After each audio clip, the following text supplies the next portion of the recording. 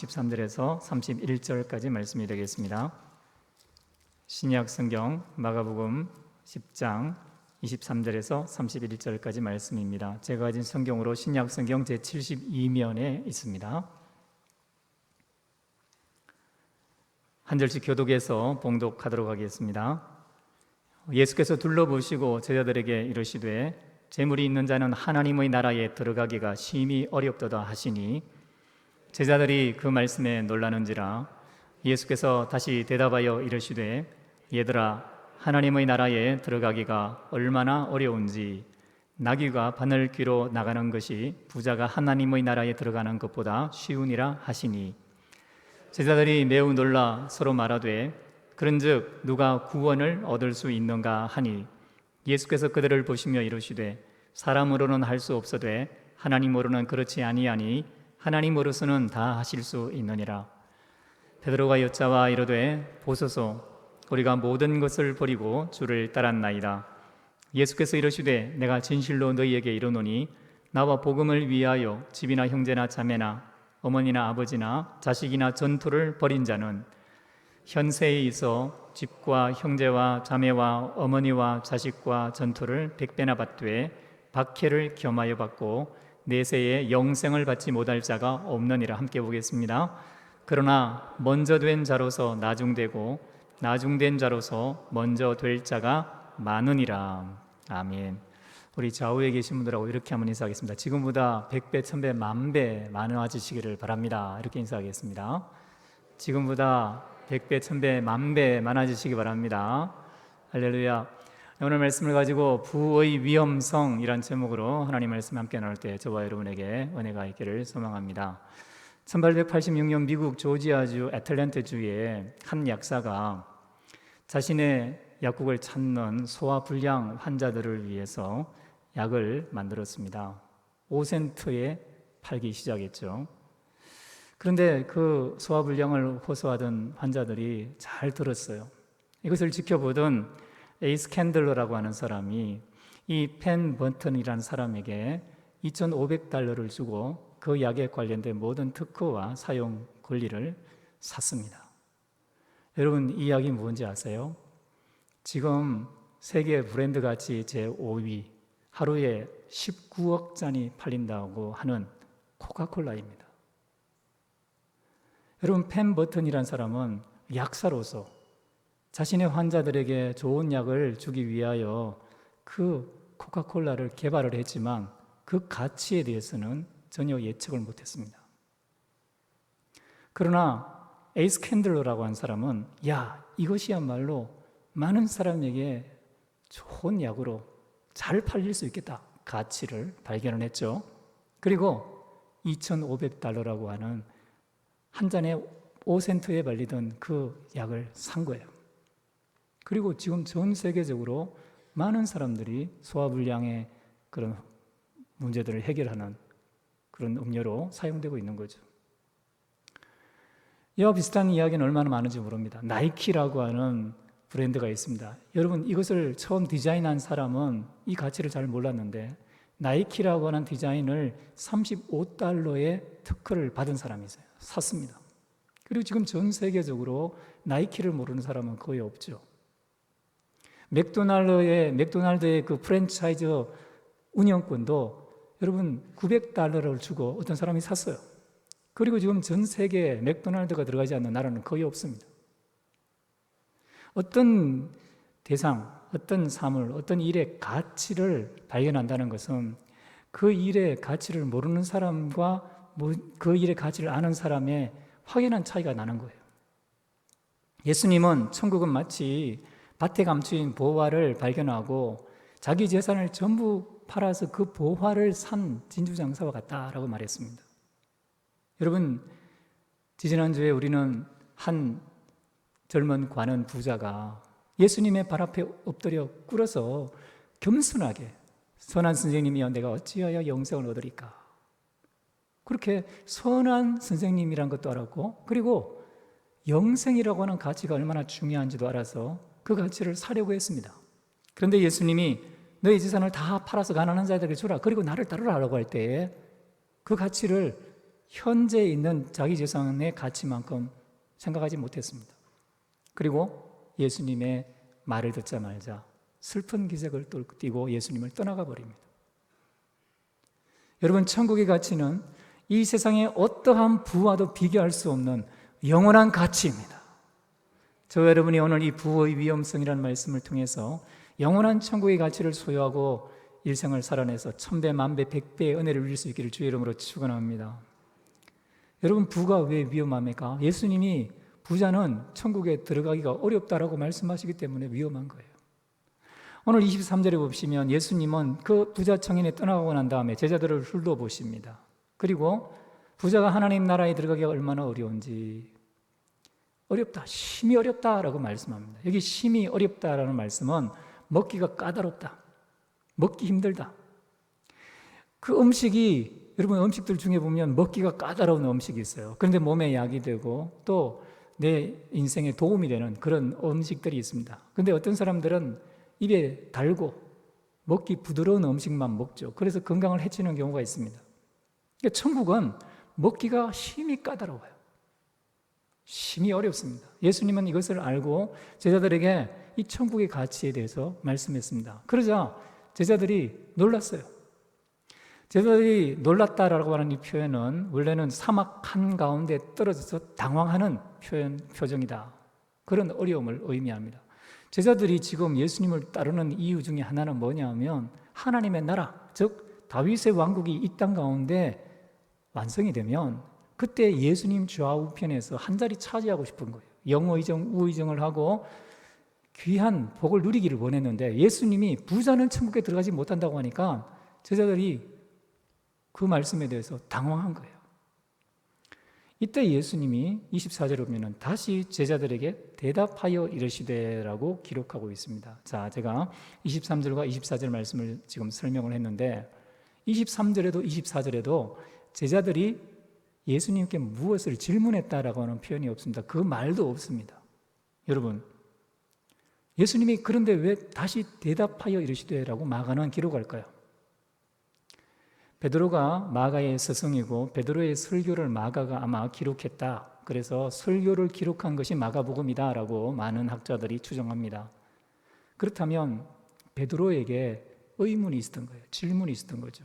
비록 말은 하지 않았지만 마음속으로 품고 있던 그 질문을 예수님이 다시 대답하신다. 제자들이 가지고 있던 의문을 예수님이 다시 대답하신다. 이렇게 볼 수 있죠. 그렇다면 제자들이 어떤 의문을 가질 수 있을까요?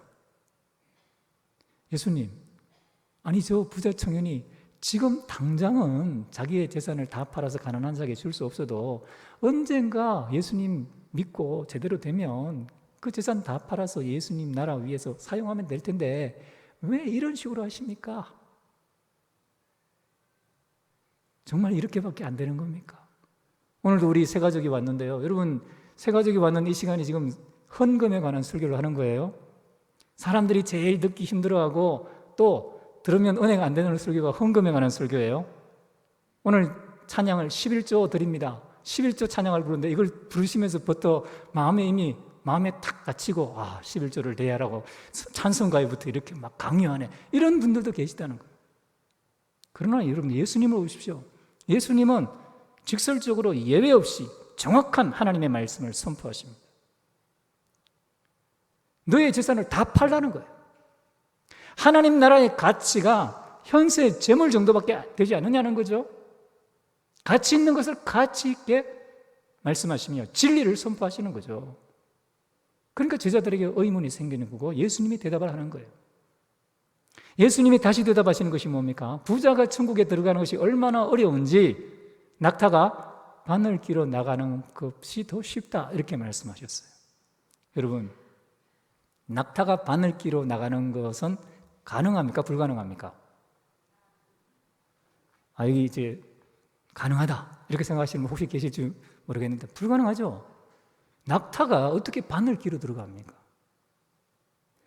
불가능한 것이 더 쉽다. 예수님이 이렇게 말씀하니까 제자들로서는 이걸 감당할 수가 없는 거죠. 그런데 여러분, 이 낙타가 바늘 끼러 들어간다라고 하는 이 비유는 그때 예수님 말씀하신 이후로 많은 사람들에게 도대체 이게 무슨 의미일까? 그러면 역사적으로, 경험적으로, 현실적으로 우리 교회도 예수님 믿는 분 중에 부자가 많이 계시거든요. 우리 교회 여기 계신 부자들은 다 천국 들어갈 줄로 믿습니다. 그렇게 되시기를 주의 이름으로 축원합니다. 여러분, 부자도 천국 가는 경우가 있는 거예요. 근데 예수님 지금 이게 거의가 아니라 완전히 불가능하다 이렇게 말씀하시잖아요. 여러분, 이것은 그 당시 유대 사회에 있던 그 삶의 생활 습관과 관련된 문화적인 것을 이해할 때 좀 더 분명히 알 수가 있어요. 지금 그림에 나올 텐데 유대인들의 집 문 가운데 이중문이라는 게 있습니다. 이중문. 저기 보십시오. 어떤 상인들이 낙타를 큰 문이 아니라 작은 문으로 집어넣는 장면이 제가 보기에 왼쪽 오른쪽에 나와 있고 제 위에 나와 있고 그 밑에 보면 이제 그게 그림으로 스케치되어 있고 가운데는 초대교회 어떤 성전 건물에 보면 작은 문과 낙타가 들어가는 그 조각상이 부조로 새겨져 있습니다. 그리고 저기 오른쪽, 제가 볼 때 오른쪽에 있는 것은 예루살렘에 있는 금문입니다. 그 문에 지금 이중문이 있죠. 그러니까 낙타가 그 이중문 중에도 아주 작은 문으로 들어가는 것을 낙타가 바늘귀로 들어간다 이렇게 말하는 거예요. 이것은 실제적으로 1835년 엑스포스트지에 한 예화가 실려 있는데 캐논 페르라고 하는 사람이 모로코라는 지역을 여행을 합니다. 그런데 그 여행을 하다가 한 집에 머물렀는데 그 집은 유태인 집이었고 그 집의 주인은 벤델락이라는 사람이었어요. 그래서 이 캐논 페르가 잠깐 쉬고 있는데 밑에 문에서 소리가 들립니다. 그 소리를 듣고 보니까 그게 뭐냐면 바늘 귀를 닫아라. 바늘 귀를 닫아라. 그래서 바늘 귀를 닫아라니까 이게 도대체 무슨 말인가 하고 관심을 갖고 그 길을 바라보니까 낙타 한 마리가 밖에서 배회하다가 그 집으로 들어오려고 하는 거예요. 그러니까 그 집에 있는 하인들이 그 작은 문을 닫아라 라는 것을 바늘 귀를 닫아라 이렇게 표현을 하더라는 거예요. 그 큰 문은 바늘이라고 하고 작은 문은 바늘 귀라고 하는 그 당시 습관, 문화가 있는 거예요. 그러니까 오늘날 우리가 알고 있는 바늘 귀와 낙타라고 하는 사물과 유대인들이 큰 문과 작은 문을 가르쳐서 큰 문은 바늘이라고 하고 작은 문은 바늘 귀라고 하는 것을 모르면 이 말씀이 오해되기 쉬운 거예요. 그래서 이건 불가능하다. 그 부자가 다 천국 못 간다. 이렇게까지 극단적으로 말할 수 있게 되는 거죠. 그러나 하나님의 말씀은 그 당시 문화적 배경을 충분히 이해하면 예수님의 비유도 이해가 되는 겁니다. 그러니까 이 낙타가 바늘 귀라고 하는 작은 문을 통과하려면요, 그림에도 나와 있지만 짐을 다 벗어야 됩니다. 낙타가 지고 있는 얼마나 좋은 그런 짐들이 많을까요? 황금도 있을 수 있고 가치 있는 상품도 있을 수 있고 먹을 것도 있을 수 있잖아요. 근데 낙타는 그 짐을 다 벗겨내고 나서야 그 문을 통과하는데, 그리고 그 문이 얼마나 좁은지 쫄쫄 굶어야 된다는 거예요. 윤택하고 아주 처음 여행을 떠나기 전에 그냥 그렇게 살 많이 찐 낙타는 거기를 통과를 못합니다. 여행을 오랫동안 견디며 몸에 있던 영양분이 다 빠져서 홀쭉해진 낙타가 마치 금식하고 하나님의 나라를 위하여 자기가 가진 모든 것을 다 뒤로 한 채 하나님만을 위해서 쇳짐을 내어놓고 나아가는 사람이 하나님께 들어갈 수 있는 것처럼 낙타도 그런 낙타만 그 문을 통과해 들어간다는 거예요. 자, 다시 한번 질문해 보겠습니다. 여러분, 부자가 천국 갈 수 있습니까? 없습니까? 아예 좀 대답이 바뀌었나요? 그러나 부자가 가려면 이 위험을 이겨내야 됩니다. 부의 위험이 있어요. 여러분, 부가, 재물이 가지고 있는 위험성을 5가지 정도로 볼 수가 있습니다. 타락과 교만과 사랑과 그리고 믿음과 또 하나는 우선순위의 문제입니다. 여러분, 재물은 사람을 타락하게 만듭니다. 그래서 어려워요. 그래서 위험합니다. 여러분, 가난한 사람이 범죄할 기회가 상대적으로 적습니다. 옛날에 우리 선조들이 나무 뿌리, 풀 뜯어서 캐고 먹고 할 때는요, 하루 3끼 먹는 게 힘들어서 죄 지을 기회도 잘 없어요. 일단 배가 고프니까 먹고 살아야 되니까 다른 생각할 수가 없는 거예요. 그런데 여러분, 부자가 되고 재물이 많아지면 사람의 타락한 본성을 따라서 제일 먼저 하는 게 뭐냐면 시간이 넉넉해지고 그리고 죄를 지을 가능성이 많아집니다. 그래서 죄를 지으면서도 나는 이만큼 돈이 있으니까 다른 사람들이 뭐 열심히 노력하고 자기 먹을 것 위해 사는 것하고 다르게 나는 지금 재물이 있기 때문에 이만큼 나를 위해 투자하고 내 개인적인 욕망을 추구해도 그것이 나에게 합당한 거다. 가치 있는 거야. 나는 그럴 만한 가치가 있어. 이렇게 되는 거죠. 그래서 죄를 추구하는 거예요. 그럼 다윗이 왜 다른 사람 전쟁할 때 옥상에 올라가서 배회합니까? 잠자다가 일어나서 배회하는 이유가 뭡니까? 열심히 하지 않고 이제 자기는 다 가지고 있으니까 타락할 기회가 있는 거예요. 재물은 사람이 타락하게 만들 기회가 얼마나 많은지 몰라요. 돈 때문에 돈을 위해서 돈 가지고 못할 일이 없다라고 생각되는 세상이 지금 세상 아닙니까? 지금 정가에 지금 온 대한민국을 떠들썩하게 하는 일도 다 그런 이야기 아니에요. 돈으로 죄를 범하는 일들이 얼마나 많이 하는 거예요. 재물은 이렇게 사람을 타락하게 만들기 때문에 또 그 타락한 것에 대해서 익숙하게 만들고 그 죄를 떠나지 못하게 만들어요. 두 번째, 재물은 사람을 교만하게 만듭니다. 여러분, 사람이 상대적으로 자기를 평가하기 시작합니다. 어떤 사람은 돈을 못 벌어요. 근데 나는 돈을 잘 버는 거죠. 지식도 있고 또 타고난 배경도 좋고 만나는 사람들도 괜찮은 사람을 만나고 그러다 보니까 10만 원 버는 사람보다 1억을 버는 사람은 자기가 더 가치 있는 것으로 생각합니다. 여러분, 이 세상이 그렇게 말하잖아요. 왜 자녀들을 열심히 공부시켜서 좋은 대학 들어가고 좋은 직장에 들어가게 만듭니까? 배경이 좋은 배우자를 만나게 하는 이유가 뭡니까? 잘 먹고 잘 살게 하기 위해서. 가치 있는 인생으로 세상 가운데 드러나게 입신양명하게 만들기 위해서 그렇게 하는 거죠. 세상의 가치입니다. 한국의 나쁜 부자들이라는 책이 있는데 그 책에 보면 정권과 관련된 기사를 다루던 어떤 기자가 한국의 부자들을 조사를 해봤대요. 그랬더니 빌딩을 가진 사람들 중에는 조폭이 빌딩을 빼앗아서 자기 것으로 삼은 사람도 있고 대기업을 조사해 보니까 다 하청업체에 불리하고 억울한 어떤 것을 주문을 하고 그걸 지키지 않으면 해를 가하는 일들 하더라는 거예요. 심지어 자영업을 하는 분들도 아르바이트생을 고용하고 사용할 때 억울한 일을 얼마나 많이 시킨지 모른다는 거죠. 여러분, 나쁘지 않고 부자가 되는 것이 과연 가능할까요? 예수님은 너희가 불의한 재물로 친구를 사귀라. 누가복음 12장 말씀에 그렇게 말씀합니다. 누가복음 14장 말씀에도 그렇게 말씀하죠. 불의한 재물로 친구를 사귀는 거예요. 그래서 그 불의한 청지기의 비유를 하잖아요. 이 세상의 지식에 관해서는 이 불의한 청지기가 지혜로웠다는 거죠. 그래서 돈을 모을 수 있다는 거예요. 자기의 미래를 준비할 수 있다는 거죠.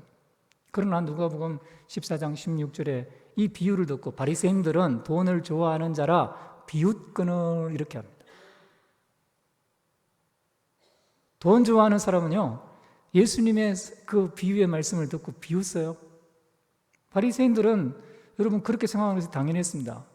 저도 한편 그런 생각하는 부분이 있어요. 여러분 보세요.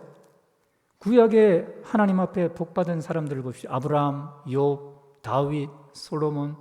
부자입니까? 가난합니까? 요셉, 다니엘. 부자입니까? 가난합니까? 부자예요. 신약에 우리가 잘 아는 성경 구절, 사랑하는 자여 내 영혼이 잘됨 같이 내가 범사에 잘되고 강건하기를 내가 간구하노라. 범사에 뭐 하라고요? 잘되라. 하는 일마다 형통해져라. 손만 대면 마이데스 손처럼 다 금으로 바뀌어라. 그런 내용 아닙니까? 설교하는 저 입장에서도 여러분 예수 믿으면 복받고 성성증거하고 잘됩니다 이렇게 설교를 해야 되는데 어떻게 예수님은 불의한 재물로 친구를 사귀라고 하시면서 재물을 가진 자가 천국에 들어가기 힘들다, 교만해져서 하나님의 은혜를 받기 힘들다라고 말씀하고 계시는 거죠. 여러분 부자는요 견고한 성을 쌓는 것처럼 자기가 가진 거 있는 것에 대해서 대가를 받기 시작합니다. 사람들의 부러움을 받고 사람들이 높여봅니다. 권세 있는 자 앞으로 부자가 끌려가고 그들과 대면하게 되어집니다. 사람들이 굽신굽신해요. 돈만 있으면 그 사람 앞에 자기의 모든 것을 내어놓을 것처럼, 간도 설계도 다 빼어놓을 것처럼 그렇게 행동합니다. 그러다 보니까 자기도 모르게 높아지는 거죠. 그러나 하나님 나라에 들어갈 수 있는 부자는 자기를 낮추는 사람입니다. 심령이 가난한 사람입니다. 욥처럼 하나님의 살아계심을 알고 자기의 모든 것을 내어놓을 수 있을 때 천국에 들어갈 수 있는 거죠.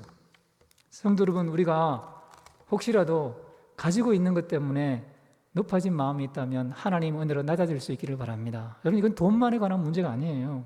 지식도 그렇습니다. 경험도 그렇습니다. 건강도 그렇습니다. 우리 자녀 손들과 관련된 우리 가정에 관한 문제, 직장에 관한 문제, 모든 문제와 가진 것과 가지지 않는 것의 문제입니다. 가난해지고 낮아질 때 하나님 앞에 높임을 받는 거예요.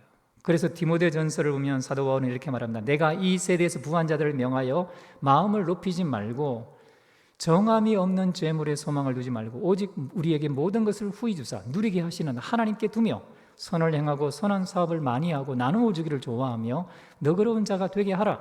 이것이 장래에 자기를 위하여 좋은 터를 쌓아 참된 생명을 취하는 것이니라. 여러분, 하나님은요 무릇 마음이 교만한 자를 여호와께서 미워하시나니 피차 손을 잡을지라도 벌을 면하지 못하리라라고 말씀하시죠. 히스기야 왕이 하나님의 은혜로 15년 생명을 연장받았습니다. 그런데 히스기야 왕이 병에서 나았다는 것을 듣고 외국에 사절이 왔어요. 근데 히스기야 왕이 너무 좋으니까 자기가 하나님 앞에 기도 응답받아서 이렇게 건강해졌다는 마음에 이걸 감사하고 낮아져야 되는데 마음이 높아지고 자기 궁중에 있는 보물고를 열어서 거기에 있는 보물들을 다 보여줍니다.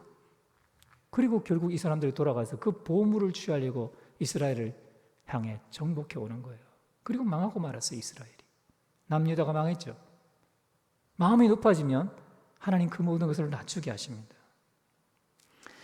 또 부를 가지고 그것을 사랑하지 않는 것은 어렵기 때문에 위험합니다.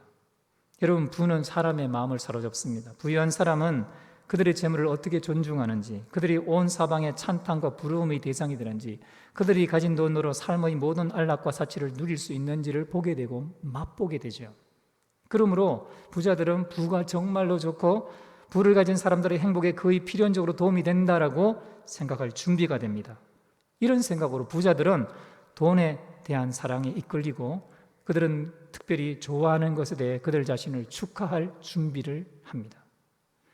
그러나 성경은 뭐라고 말합니까? 시편 62편 10절에 포악을 의지하지 말며 탈취한 것으로 허망하여 지지 말며 재물이 늘어도 거기에 마음을 두지 말지어다. 여러분, 위의 것을 생각하고 땅의 것을 생각하지 않는 삶이 하나님 앞에 더 가까이 나아가는 삶입니다. 천배, 만배, 백배의 복을 받아 누리는 삶입니다. 예수님은 그래서 뭐라고 말씀하십니까? 마태복음 6장 24절부터 24절까지 말씀해 보면 한 사람이 두 주인을 겸하여 섬기지 못할 것이니 혹 이를 미워하고 저를 사랑하거나 혹 이를 중히 여기고 저를 경히 여김이라. 너희가 하나님과 재물을 겸하여 섬기지 못하느니라. 내 보물 있는 그곳에는 내 마음도 있느니라. 그러나 화 있을진저 너희 부요한 자여 너희는 너희의 위로를 이미 받았느니라. 예수님은 누가복음 16장 부자와 나사로 비유를 통해서 부자가 날마다의 호화로이 연락하고 고운 베옷을 입고 살았고 아브라함에게 너는 이 땅에 있을 때 이미 내 받을 것을 다 받았다. 이미 부유했다는 거예요. 그러나 나사로는 고난을 받았으니 여기서 위로를 받는다 말합니다. 여러분, 부를 사랑하기가 정말로 어렵습니다. 부를 사랑하지 않는 것이 정말로 어렵습니다. 누가 돈을 싫어할 수 있을까요? 인간 본성은 이 돈에 대해서 사랑하는 마음을 가지게 하는 거예요. 그러나 이런 부를 사랑하는 마음이 있으면 하나님 나라에 들어가기가 어렵다는 거죠. 네 번째, 부를 믿지 않는 것이 어렵기 때문입니다. 여러분, 부에 애정을 쏟는 동시에 부를 신뢰하고 부를 믿는 마음들이 생겨나는 거죠. 솔로몬은 말합니다. 잠언 10장 15절에 보면은 부자의 재물은 그의 견고한 성이요 가난한 자의 궁핍은 그의 멸망이니라. 부자는요 그 부 때문에 견고한 성이 쌓이는 것처럼 주변에 사람들이 일자리가 또 돈을 낳는 일들이 생깁니다.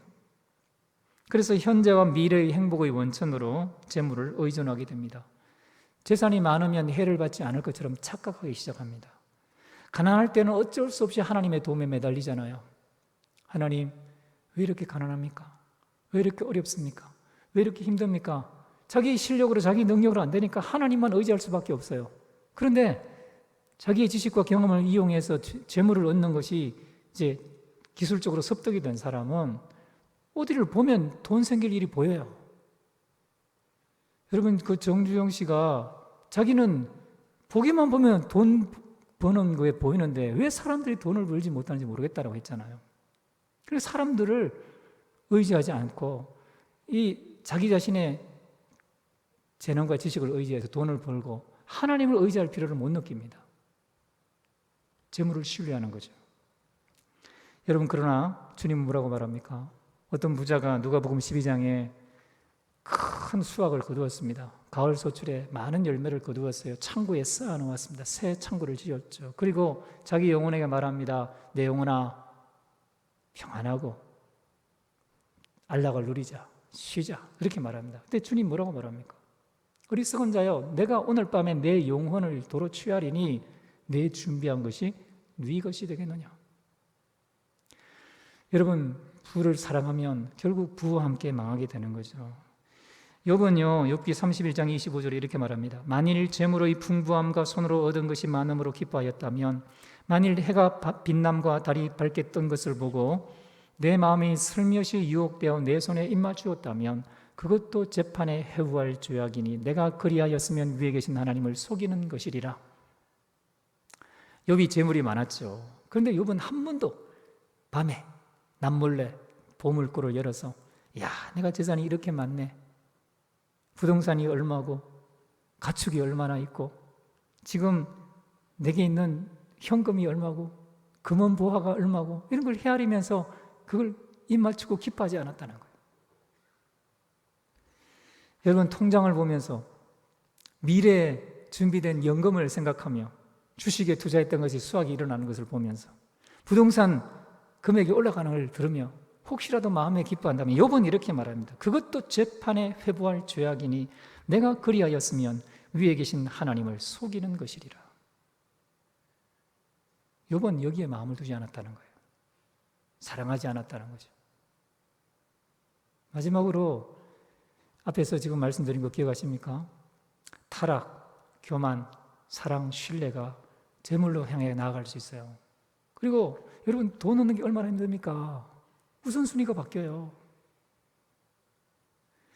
다른 사람 잘 때 안 자고 다른 사람 실컷 먹을 때 먹는 걸 절제하고 시간을 돈 버는 일들을 위해 투자해야만 돈이 모여요. 재벌들은요, 결제 하나 하는 것도요, 차 안에서 이동하는 중에 기차를 타고 아니면 비행기를 타고 헬리콥터를 타고 이동하는 중에 도시락 까먹으면서 그렇게 결제한대요. 힘쓰고 애쓰고 노력해서 돈을 벌어야 되는데 우선순위가 다 돈에 있어요. 여러분, 그래서 우선순위가 돈에 있는 사람은 주님의 나라를 위해서도 젊을 때도 그렇고 일상적인 삶에서도 그렇고 헌신하지 못합니다. 돈 버는 일이 더 급한데요. 돈을 벌어야 미래가 있다고 생각하는 거예요. 우선순위가 밀려요. 예배가 뒷전으로 밀리고 주일 성수가 뒷전으로 밀리고 예배당에 나와서 기도하는 것이 뒷전으로 밀리고 말씀을 보고 하나님 앞에 경건의 훈련을 하는 것이 뒷전으로 밀립니다. 그러다가 그 재물을 사랑함으로 말미암아 재물과 함께 결국은 타락하고 망하게 되는 거죠. 성도 여러분, 부자가 그랬습니다. 부자 청년이 그랬습니다. 그는 영생을 사모했지만 그 영원한 가치를 제대로 인식하지 못함으로 부를 사랑함으로 결국 벗어버렸죠. 주님의 말씀을 듣지 않았습니다. 우리는 다룰 수 있기를 주 이름으로 축원합니다. 하나님 앞에서 철저하게 가난한 사람이 되십시오. 다 벗어던질 마음의 준비라 주님이 원하시면 언제든지 드릴 수 있는 사람이 되어야 합니다. 하나님은 그렇게 하실 수 있습니다. 성령이 여러분을 그렇게 변화시킬 수 있기를 주 이름으로 축원합니다. 그렇게 되려면 12가지를 잘 인식하고 삶에 적용해야 돼요. 설교 시간이 다 됐는데 12가지 남았는데 하나씩 짧게 보겠습니다. 자, 우리가 한번 읽어보겠습니다. 3-1번 같이 읽겠습니다. 시작. 모든 사람은 창조주로서 주인으로서 하나님께 속한다. 하나님 만드셨죠. 다 하나님의 것입니다. 두 번째요, 재산으로 그분이 주신 것에 공경을 표하지 않는다면 하나님의 것을 도적질한 것이다. 여러분, 지금 향간에 보면 11조는 패해졌다라고 설교하는 사람이 있어요. 참 무서운 사람들이에요. 어떻게 그 벌을 하나님께 감당할지 모르겠습니다. 여러분, 고신대학교 교수협의회가 11조와 헌금에 관한 이러한 세간의 잘못된 교리들을 정면으로 반박하고 진리를 세우기 위해서 연구 논문을 발표했습니다. 이제 보여드릴 텐데 이렇게 되어 있습니다. 결론적으로 본 연구서는 서론에서 제기되었던 세 가지 주장 중 첫 번째와 두 번째의 주장을 옳지 않음을 밝힌다.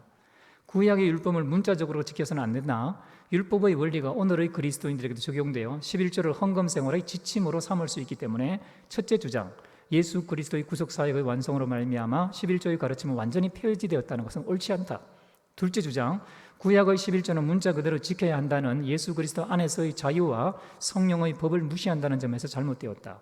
한마디로 결론을 내린다면 구약과 신약의 원리에 따라 11조를 하는 것이 합당하나 11조 문자 그 자체에 구속되어서는 안 됨을 인정해야 한다. 안 된다. 중약, 예수 그리스도의 은혜로 구원을 받은 사람들은 구약에서 가르치는 바와 같이 모든 것이 주의 것이요 모든 것이 주께로부터 왔음을 인정해야 한다. 그래서 모든 것을 주님의 뜻대로 사용하고 주님이 원하시면 기꺼이 10분의 1 이상 더 나아가 모든 것을 주님께 드려야 한다. 이것은 율법이기 때문이 아니라 하나님이 우리의 주관자이시며 예수 그리스도 안에서 우리의 아버지가 되신다는 사실을 고백함과 신앙생활의 증진과 건덕 그리고 교회와 하나님의 나라의 확장에 큰 유익이 되기 때문이다. 여러분, 더 이상 11조 헌금에 대해서 갑론을박을 하는 것에 귀를 기울이지 않기를 바랍니다. 뉴스앤조이 같은 기사에서는요, 교회가 84가지 헌금 항목을 만들어 놓고 성도들의 돈을 착복한다, 고혜를 빼먹는다, 이렇게 말해요. 여러분, 하나님은 재물이 있는 곳에 그 마음이 있다고 했습니다. 하나님을 향해 재물을 드릴 수 없는 사람이 어떻게 하나님을 사랑한다고 말할 수 있습니까? 하나님의 것을 도둑질하는 사람이 얼마나 많은지 모릅니다. 말라기에 나와 있는 말씀처럼 하나님의 것을 다 도둑질하니까 하나님의 넛종이와 팥종이를 통해서 그 수확한 것을 그대로 다 빼앗아 가시는 거죠. 여러분, 복을 받으시기를 원합니다. 수고한 만큼 복을 누리기를 원합니다. 하나님의 것을 하나님께 드리십시오. 세 번째입니다. 같이 읽겠습니다. 하나님 대신 돈을 더 우상 숭배하게 될 위험에 처해 있습니다. 네 번째요, 기독교인들은 복음의 지지와 확장을 위하여 그들의 재산을 아낌없이 주라는 비슷한 명령을 받았습니다. 내가 나를 위해 돈을 사용하는 것처럼 다른 사람에게 돈을 주라는 거예요. 이웃을 내 몸처럼 사랑하는데 돈을 사용하지 않고 어떻게 내 몸처럼 사랑한다고 말할 수 있습니까? 다섯 번째요, 재물에 대한 탐욕은 큰 악이며 많은 다른 악으로 이어집니다. 여섯 번째요, 부자가 되는 것은 정신적으로 큰 어려움에 처하는 겁니다. 여러분, 이 부자 청년이 왜 예수님의 말씀을 듣지 못합니까? 정신적으로 그게 돈에 얽매여 큰 어려움, 악한 삶의 결과를 맞이하는 거죠. 이런 관점에서 일곱 번째, 가난한 것이 확실히 더 낫습니다. 여덟 번째, 하나님께서 가장 많이 주셨던 자들이 가장 많이 내놓아야 할 의무가 있습니다. 많이 맡은 자들에게 많이 찾겠다는 거죠. 그래서 부자는 더 많이 내야 돼요. 여러분, 가난한 사람이 100원 중에 10원 하는 것처럼 부자는 1억 중에 1000만 원을 해야 되는 거예요.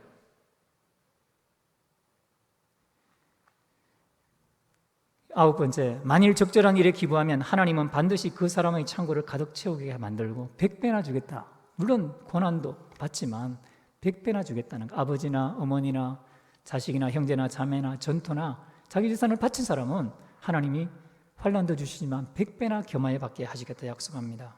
그리고 은총이 많은 것이 금보다 더 나아요. 하나님의 은혜를 받을 줄 아는 사람이 되어야 됩니다. 그리고 돈을 안전하게 맡길 대상은 주 예수님밖에 없습니다.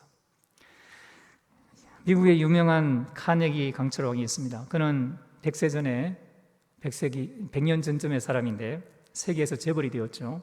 그가 남긴 유명한 말이 있습니다. 부자인 채로 죽는다는 것은 부끄러운 일이다. 그는 공공도서관을 2600개 지었고 피츠버그시의 카네기 공과대학 카네기 종합대학을 세웠고 평화재단을 세웠으며 지금도 그 재단으로 큰 일을 하고 있습니다. 피츠버그시의 버스는 카네기 종합 각 대학교 학생과 직원들에게 무료 승차시켜주고 있고 수십 년에 걸쳐서 버스값을 다 지불해주고 있습니다. 학교 안에서 큰 교회가 있는데 주일에는 대만원을 이루고 있죠. 하나님의 나라를 위해서 자신의 모든 것을 다 헌신했다는 것입니다. 여러분, 자녀에게 재산을 물려주면 3, 4대 흘러갈 줄 아세요? 재물은요, 날개를 날고 날아가 버립니다. 그러나 주님의 나라를 위하여 쌓는 재물은 영원토록 하나님 앞에 귀한 상급으로 이어질 줄로 믿습니다. 저와 여러분이 그런 하나님이 하실 수 있는 하나님의 큰 일들을 경험할 수 있기를 축원합니다. 기도하겠습니다. 하나님 아버지,